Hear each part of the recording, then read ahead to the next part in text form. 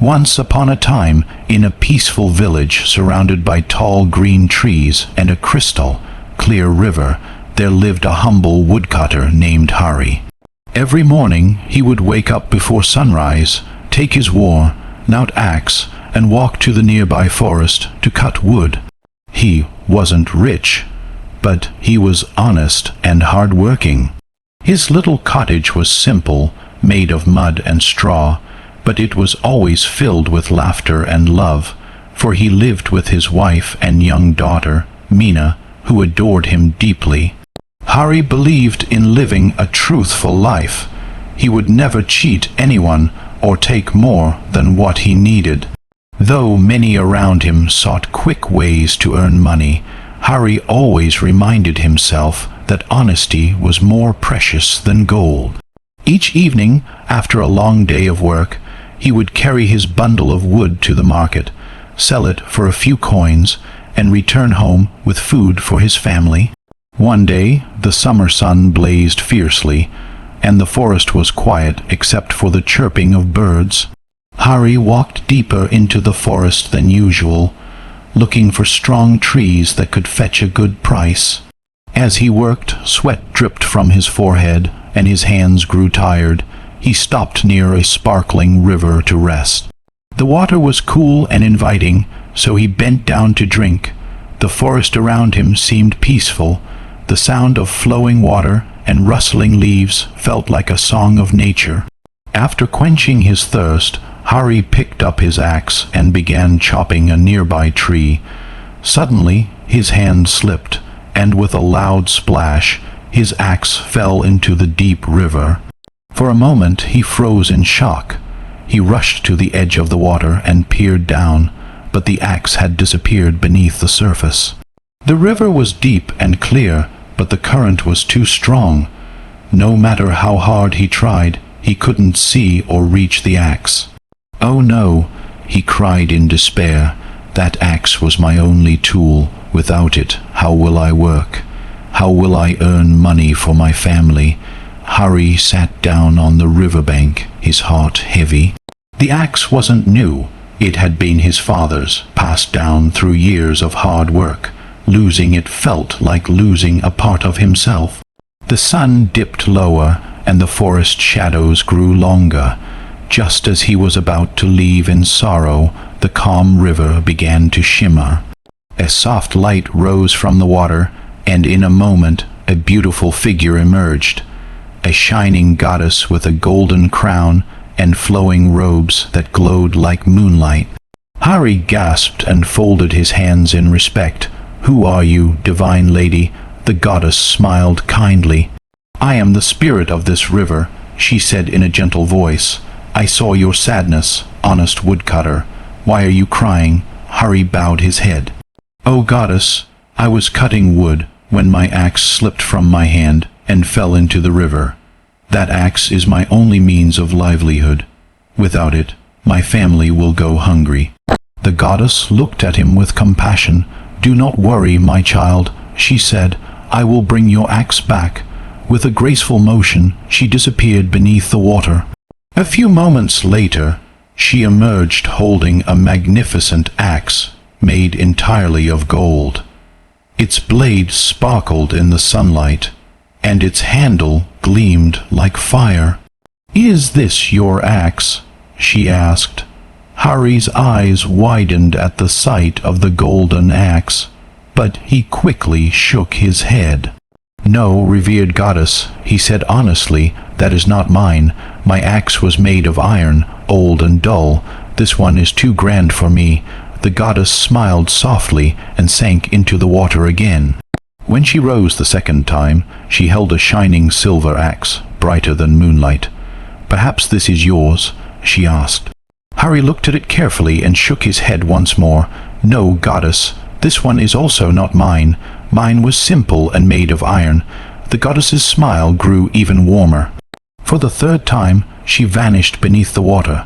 When she appeared again, she was holding a plain, rusty axe with a wooden handle Hari's own.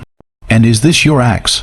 The woodcutter's face lit up with joy. "Yes, that is mine. Thank you, O kind goddess. You have returned what I lost." The river goddess looked at him with admiration. "You are a good man, Hari. You could have easily claimed the golden or silver axe as yours, but you chose truth over greed. Your honesty has pleased me greatly. As a reward, I give you all three axes, the gold, the silver, and your own iron one." Hari was astonished.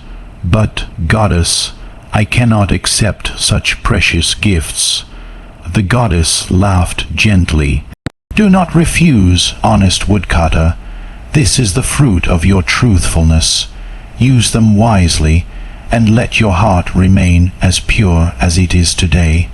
With that, she disappeared into the river, leaving the three axes on the bank. Hari picked them up carefully, his heart filled with gratitude.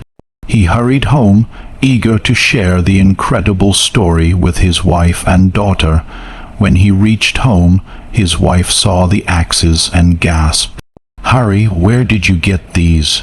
He told her everything that had happened, the lost axe, the goddess, and the reward for his honesty. His wife's eyes filled with pride. "You have always been truthful, and today your honesty has brought us blessings." The next morning, word spread quickly through the village. Everyone was amazed by Hari's story.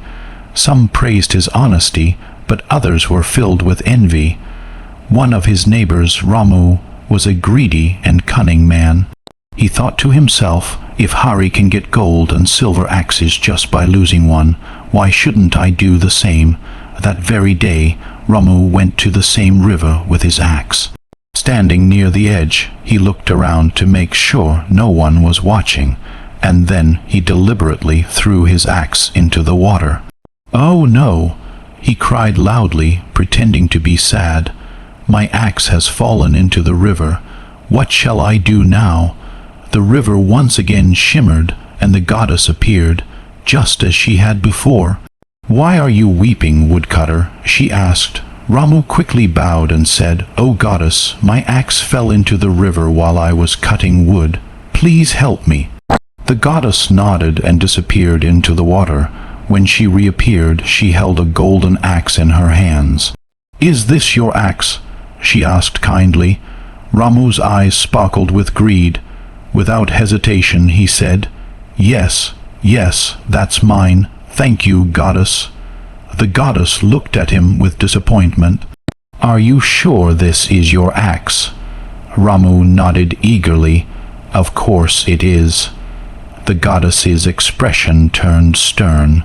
"You are lying," she said. "This golden axe is not yours. You are greedy and dishonest. You tried to deceive me, and for that you will be punished."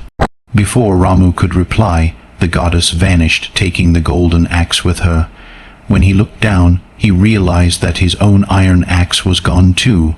He fell to his knees, crying and shouting, but the river remained calm and silent. He returned home empty-handed, ashamed and angry. The villagers soon learned of his greed and laughed at his foolishness. He became a warning to everyone who thought dishonesty could bring rewards. Meanwhile, Hari continued his life humbly.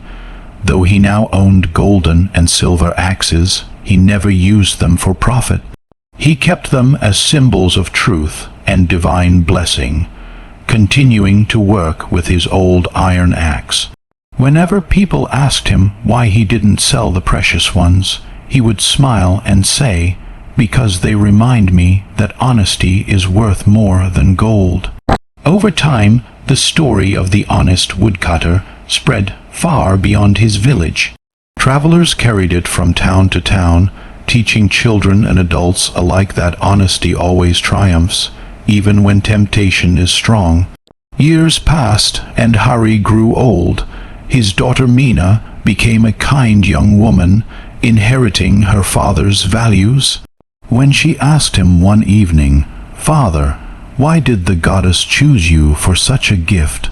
he replied with a gentle smile, "Because truth shines even when no one is watching. It is easy to lie for gain, but real strength lies in choosing what is right, not what is easy." The fire crackled softly as the stars twinkled above their little cottage. The world outside changed with time, but in the hearts of those who heard the tale, the message remained eternal. And so, the humble woodcutter's story became a legend, a reminder that honesty, though often tested, always brings peace, respect, and lasting reward. In that quiet forest by the shining river, where the goddess once appeared, travelers still say that on calm evenings, when the sun sets and the water glows golden, you can see a faint shimmer, a sign that truth and goodness still live in the heart of the world, waiting for the next honest soul to be rewarded.